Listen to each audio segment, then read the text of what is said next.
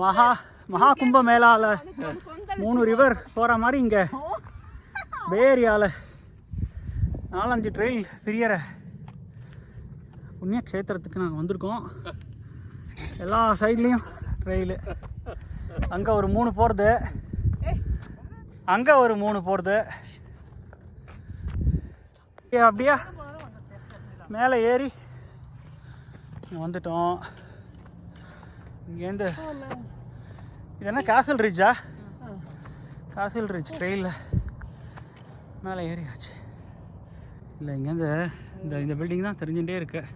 அதுதான் அந்த ஸ்னைடர் பில்டிங்கான்னு தெரியல இருக்கலாம். அங்கே ஒரு வாட்டர் பாடி இருக்குது.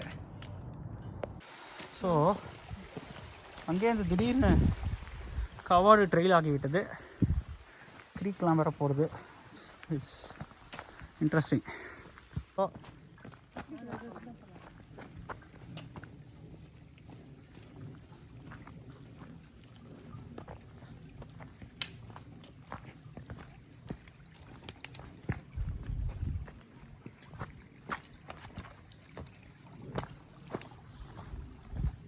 இதெல்லாம் ஒன்றும் இல்லை.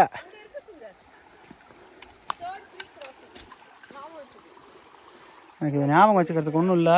வான் கோழிகளை நான் வீடியோ எடுத்துக்கிறேன்.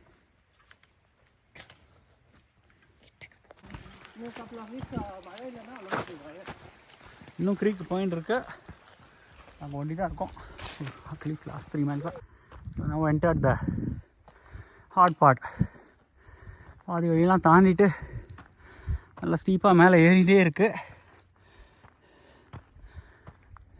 இதுதான் இந்த மாதிரி ட்ரெயிலில் challenge. You go up come down, then you have to go up come down again to get back on a different hill. இங்கே ஒரு லேக் மாதிரி ஒன்று இருக்குது.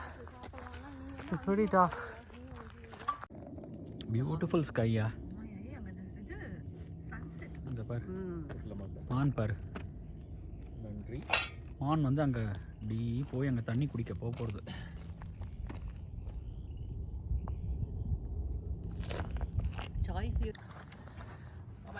Amazing sky. ஆமாம், ஹோப்ஃபுல்லி இனிமேல் வெறும் டவுன் ஹில் தான். சாய் பிடிச்சாச்சு, பஜ்ஜி சாப்பிட்டாச்சு. நான் சொன்னேன்ல டாப்ல எவனா ஒருத்தன் பெஞ்சு போட்டிருப்பானு. ஆமாம், நின்றுட்டு கஷ்டப்பட்டு tea குடிச்சதுக்கு. On our way back, the views are beautiful.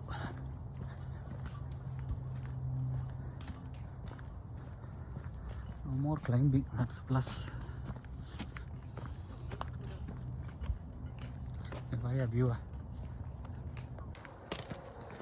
Going back down on the local bend. We've done good speed. It's supposed to be 8.5-9 miles. And 3.5 hours தான் நடக்கிறோம்.